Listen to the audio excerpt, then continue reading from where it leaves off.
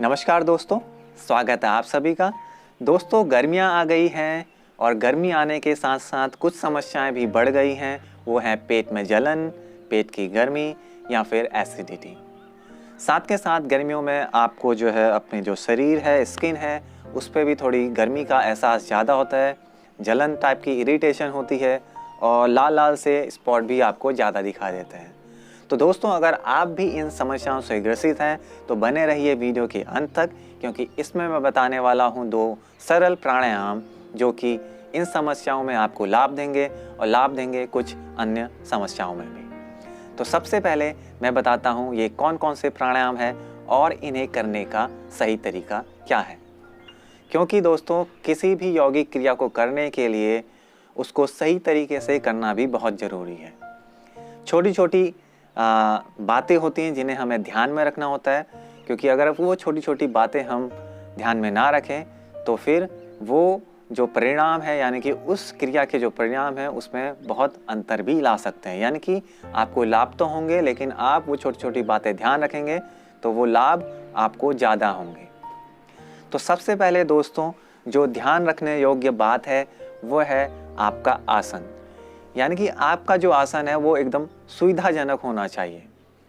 यानी कि अगर प्राणायाम करते हुए अगर आप सुविधाजनक आसन में नहीं बैठे हैं और लगातार आपका मन विचलित हो रहा है, या फिर आसन की वजह से आपका दिमाग उन जोड़ों पे पहुंचा हुआ है जहां आपको दर्द का अनुभव हो रहा है, या आपकी मांसपेशियों पर आपका ध्यान है, तो फिर आप प्राणायाम की जो क्रिया है उसे सही नहीं कर पाएंगे।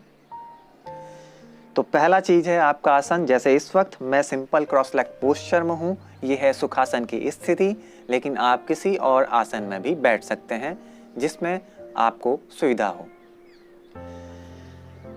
सुखासन के लिए सिंपल क्रॉस लेग होते हैं। आप पद्मासन या फिर सिद्धासन या फिर वज्रासन भी कर सकते हैं। अगर आपको ये सुखासन में भी आप नहीं बैठ पा रहे हैं तो आप अपने नितंबों के नीचे, आप अपने बटक्स के नीचे कोई तकिया या कंबल रख सकते हैं, ताकि आपकी स्थिति जो है आरामदायक बन जाए। वो लोग जो थोड़े मोटे होते हैं तो उन्हें समस्या होती है, उनके लिए कर सकते हैं। दुबले पतले लोग अगर आरामदायक हैं इस आसन में तो बैठ जाइए।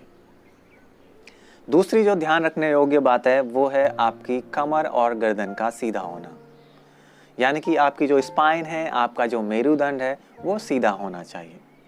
क्योंकि दोस्तों, अगर आपका मेरुदंड और स्पाइन सीधा नहीं होगा, इस तरह की थोड़ी सी ऐसे कंधे होंगे या स्पाइन होगी, तो इससे क्या होगा?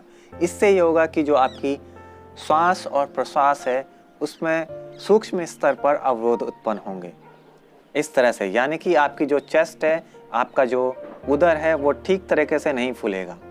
तो यानी कि जब ऐसा होगा तो कहीं ना कहीं आपकी सांस में ये जो आपका पोस्चर है, ये जो स्थिति है, वो अवरोध उत्पन्न कर रहे हैं।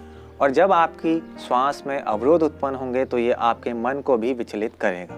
तो इसीलिए जब भी आप प्राणायाम के बारे में सुनते हैं या पढ़ते हैं तो एक बात स्पष्ट रूप से बताई गई होती है कि आपकी जो कमर और गर्दन है वो सीधी होनी चाहिए, ताकि आपके जो लंग्स हैं उनको फैलने के लिए एक जो है सफिशिएंट स्पेस मिल जाए। अगर उन्हें सफिशिएंट स्पेस नहीं मिलेगा तो फिर आपकी जो श्वास और प्रश्वास है, यानी कि जो आपकी ब्रीदिंग है, वो ठीक प्रकार से नहीं होगी और ये फिर आपके मन को भी प्रभावित करेगी। तो दोस्तों, आसन एकदम सुविधाजनक, और दूसरा है आपका मेरुदंड यानी कि स्पाइन का सीधा रहना। इसके बाद में अगर आपको विचार जो है विचलित कर रहे हैं तो सबसे पहले अपने विचारों को हटाने का प्रयास कीजिए। और ऐसा करने के लिए आपको क्या करना है? ऐसा करने के लिए सबसे पहली चीज़ है आपकी आंखों का बंद होना। कमरा जिस भी जगह पे, जिस भी स्थान पर आप प्राणायाम कर रहे हैं वो एकदम शांत हो, स्वच्छ वायु वहाँ पर आ रही हो, और उसके बाद में आप अपनी आंखें बंद कर लीजिए। बंद करने के बाद में 1 या 2 मिनट तक आपको अपने ध्यान को अपनी सांसों पर केंद्रित करना है। यानी कि पूरा ध्यान किस तरीके से सांस आ रही है और किस तरह से जा रही है, इसी पर ही होना चाहिए। ऐसा करने का लाभ ये होगा कि वो विचार जो आपको विचलित कर रहे थे, डिस्टर्ब कर रहे थे, उन विचारों से आपका मन हटेगा और वो आपकी सांसों पर केंद्रित हो जाएगा, जिसकी वजह से आपका मन शांत होगा। इतना करने के बाद में दोस्तों अब आपको प्राणायाम करना है। तो पहला प्राणायाम है शीतली प्राणायाम। शीतली प्राणायाम आपके शरीर में ठंडक लाता है, तो जो ये समस्याएं हैं उससे आपको निजात मिलती है। कैसे करते हैं शीतली प्राणायाम? बहुत ही सरल है। आपको अपनी जीवा को बाहर की तरफ निकालना है इस तरह से, और एक लूप की आकृति बनानी है। और ऐसा करने के बाद में आपको इस लूप वाली आकृति से ही श्वास को अंदर लेना है। यानी कि मैं करके दिखाता हूँ। हाथों की जो स्थिति है वो आप ज्ञान मुद्रा या फिर चिन्ह मुद्रा में रख सकते हैं। अपने अंगूठे को इंडेक्स फिंगर से अगर आप इस तरह से मिलाएंगे, हथेलियाँ आसमान की तरफ रहेगी और हथेलियाँ आपके घुटनों पर रहेंगी। ये है ज्ञान मुद्रा की स्थिति। कमर गर्दन सीधी है और तब जीभ बाहर निकाल के लूप बना के श्वास अंदर लेनी है।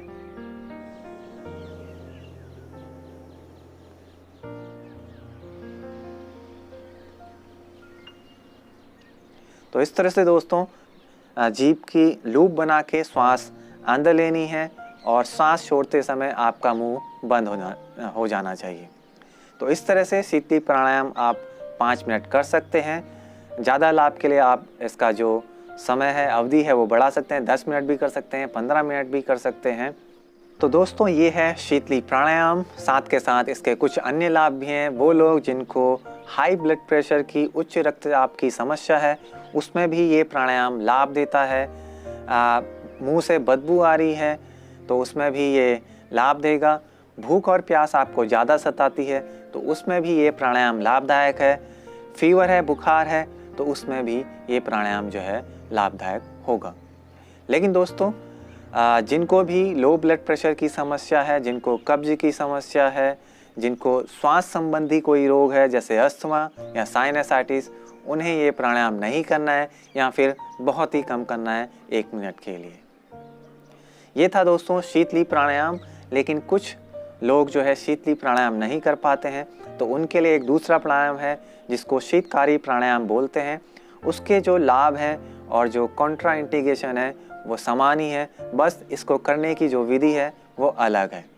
तो शीतकारी प्राणायाम के लिए भी समान निर्देश रहेंगे। कमर गर्दन सीधी, हथेलियाँ आपके घुटनों पर ज्ञान मुद्रा बनाते हुए, और जो श्वास है वो लेने के लिए आपको अपने दांतों को मिलाना है और आपके जो होंठ है वो आपस में स्पर्श नहीं करेंगे। फिर इस तरह से जो आपके दांत हैं उनके बीच में जो गैप है, उन गैप से आपको जो है श्वास अंदर भरना है।